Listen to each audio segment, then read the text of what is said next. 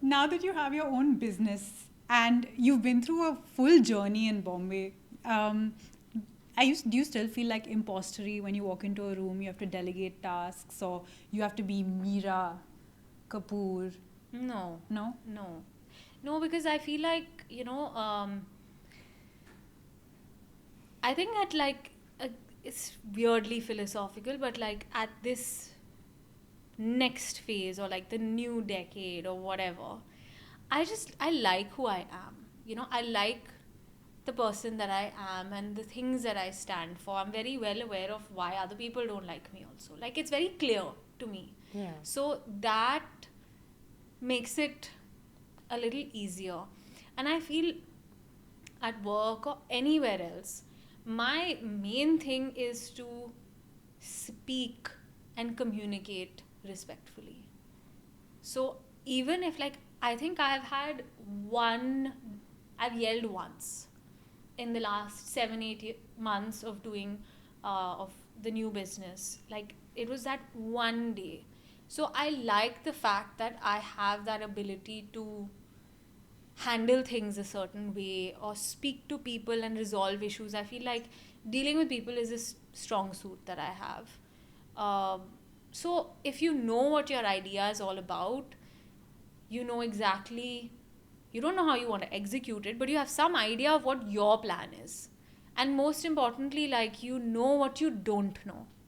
The impostery thing happens when you don't know what you don't know or you're shy to admit what you don't know. If you say I don't know, like asking dumb questions, like right in the beginning when I was like, what is PAT and PBT? Profit after tax, profit before tax. Wouldn't know it. But if I when I'm seeing the P&L, the projections, and I've followed it through, but now we've reached PAT and PBT and PAT and I'm lost. I was like, but what is this? Explain it to me. Tell me, what is it? I want to understand.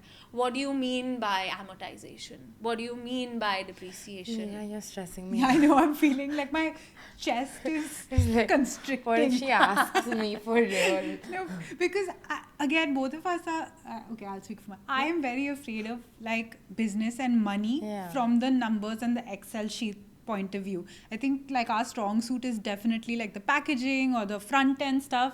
The minute it comes to the back, I think we've just tied a ribbon on it and we're like, this, it's cute, it's zany, it's us, but it's breaking, like. But you know what? There's nothing wrong with being good at something. It's just that if you know what you're not good at, you'll keep one eye on it. Like numbers used to scare me because I was like, I don't get it. And initially I went through that little, ignorance is bliss. I don't get it. Like, it's fine. There is someone else to look into that. But then I was like, listen, if this is my business, then I need to understand a lot of these things. Like mota, I call it parchi calculation. Your parchi calculation you need to know, right? Like, what is the cost of goods? What is the gross margin? How many salaries are you paying? What are your overheads? Where do you break even? Etc. It's just like 5-6 things that you have to know. So if you're hitting 1, 2, 3, 4, 5, like for you guys it could be the same thing, right? What is the cost of production, packaging, marketing? Yeah, but the thing is, especially with women, like you're past almost like a keeper. Your keeper is past, right? So your father is first doing your finances. You don't get to ever speak to your CA. Then that power is handed over to your husband. And then it's handed over to your son traditionally. So the minute you're or any woman is left to her own devices, I think the lack of control that she has over understanding, okay, how do I, because this is all like survival and sustenance stuff, right? It's very throwing off. Like even to this, like I just met a wealth manager because I was like, hey, I have some wealth, I should do something with it. But when he started talking to me, I started sweating and giggling and making jokes because I was so deeply uncomfortable by But it's fine, at least you know what you're uncomfortable about, right, Naina? Like now you'll make an effort on the side to chat GPT a couple of things. And be like, okay, break it down for me in simple language. I mean, for me, it wasn't the case because my mom always handled the accounts side of things. Like even when my mom and dad ran their own business, accounts was very much her thing. And her mom used to be very good with money. So I think it kind of came down and I subliminally just absorbed a lot of the things that she was doing. And even though I didn't need to manage money per se initially, but there were a lot of things that stayed with me that she gave me advice on, right? Like, um, you know those things that they used to say, अगर कुछ मिलता है ना कहीं रख दो जहाँ पता ही नहीं चलेगा, तुम भूल जाओ, and you'll find it someday. Like, that's an old school FD. You literally put it somewhere and you don't know where it is, right? At the same time, like, she was explaining to me how she was never a part of a kitty, but she was like, she used to see how a lot of women were able to save money because they would go and buy bangles with that. And now obviously you can see the value of gold, and of course it's compounded so well. But small things like, say for example, in a salaried home or any kind of home, how do you buy groceries, right? You know, for the month, mahine ka itna hai because this is what you're getting. Right. And when I had to run my own house, I was like, but mom, like, we don't have a salary kind of situation, right? It comes when it comes. Yeah. And she's like, no, but you make a list of how much you think you're going to need in the month. It's the only way you'll know whether you're buying more or less. Are you wasting? And it actually started like that for me, to always keep a check on small things that were in my control.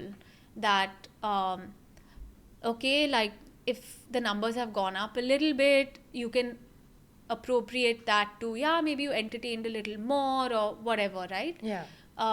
And whether it makes a difference to you or not, you should know what's going on, and then you kind of build from there. So I feel like she has that ability to think, just how to just make it happen. Yeah. We'll do this and we'll do this and we'll do this, and it'll be like this. Because running a house is a full-time job. I'm telling you, I feel like housewives and homemakers, women in general, make such fantastic entrepreneurs. And I've seen a lot of them in front of me as great examples, because you know how to multitask at a micro level. And there are situations or forces that you have to deal with. Like, say tomorrow your cook doesn't show up and you have 7 people coming home for dinner and somebody is sick. Yeah. You can't do anything about it. You have to fix the situation. And it's the problem solving attitude that women in such situations have that enables them to be very good entrepreneurs.